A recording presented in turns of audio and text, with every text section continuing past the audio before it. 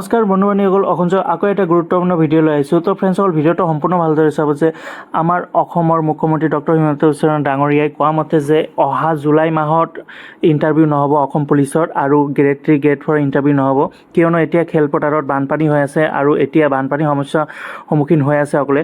তো সেইকাৰণে ইণ্টাৰভিউটো এতিয়া স্থগিত ৰখা হৈছে, কিয়নো জুলাই মাহৰ পিছৰ পৰা হ'ব। আপোনালোকে ভিডিঅ'টোৰ জৰিয়তে চাই লওক যে ডক্টৰ হিমন্ত বিশ্ব শৰ্মা ডাঙৰীয়াই কি ক'লে ইণ্টাৰভিউৰ বিষয়ে। জুলাই মাহৰ পিছৰ পৰাহে আৰম্ভ হ'ব আপোনালোকৰ ইণ্টাৰভিউ অসম পুলিচৰ আৰু লগতে গ্ৰেড 3 গ্ৰেড 4 চাকৰিৰ।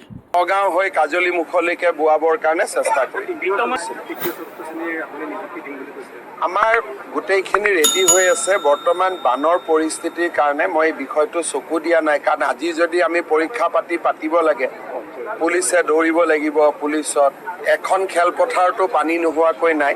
সেইকাৰণে জুলাই মাহটো অপেক্ষা কৰি লওঁ, তাৰপিছত এই বছৰতে আমি চব চেছ কৰিম।